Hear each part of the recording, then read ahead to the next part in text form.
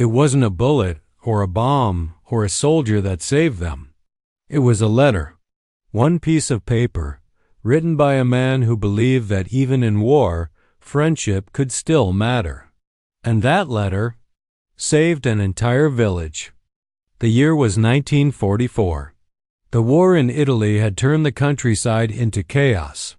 German troops were retreating north, burning and destroying anything that might help the advancing Allied forces.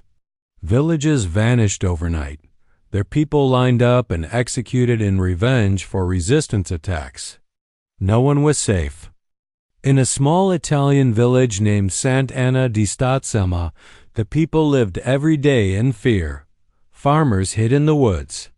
Children learned to stay quiet when the sound of boots echoed on the cobblestones. They knew what German soldiers were capable of, and they prayed the war would pass them by. But one German officer, Captain Karl Müller, was different. Before the war, years ago, he had lived in Italy for a short time. He had studied art and language in Florence. He spoke Italian fluently, loved the people, and had once befriended a local priest named Father Paolo Benedetti. They had shared wine, books, and long talks about peace before the world fell apart. Now, 4 years later, Müller was no longer a student. He was an officer in the Wehrmacht, commanding a company tasked with cleansing villages suspected of harboring partisans. And Sant'Anna was next on his list. Orders came from high command: burn the village, execute any resistance, leave no survivors. Müller knew what that meant. Men, women, and children would die. But orders were orders, and in Nazi Germany, disobedience could mean your own death. As his convoy prepared to move, Müller sat inside his tent, staring at the map. His hands trembled. He remembered the priest, the villagers, the smell of bread and laughter echoing through the church square. He couldn't believe he was now ordered to destroy it all. That's when a messenger arrived with a letter. It was old, wrinkled, and carried by an Italian boy who had risked everything to deliver it through enemy lines. It was signed by Father Paula. "Dear Karl," it read, "if you are still the man I knew before the war, then I beg you, remember who you were. There are no soldiers here, only farmers and families. I know what orders you have been given. I ask not for mercy, but for conscience. Remember the friendship we once had, and do not let this village die." Müller read the letter again and again. Every line burned into his heart. He knew what disobeying meant.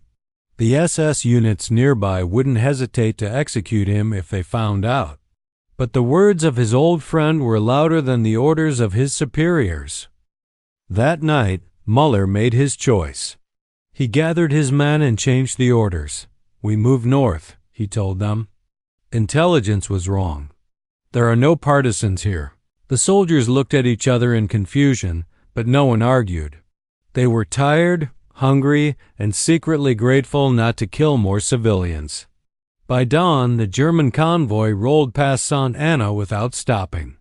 The villagers, hidden in their homes, held their breath, and then silence. No shots, no fire, no screaming. The German trucks disappeared down the road.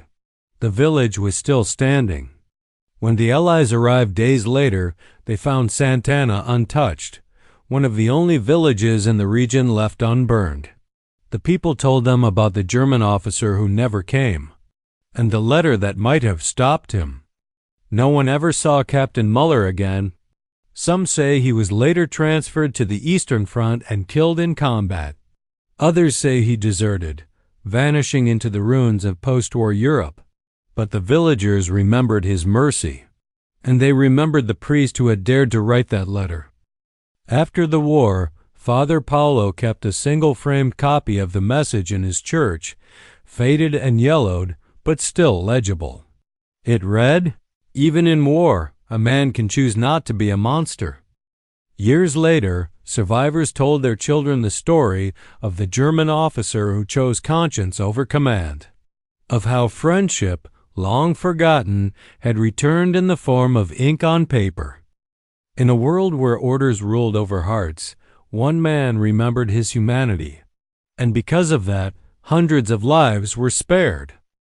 Sometimes history is not changed by armies or kings, but by a single letter and the courage to write it.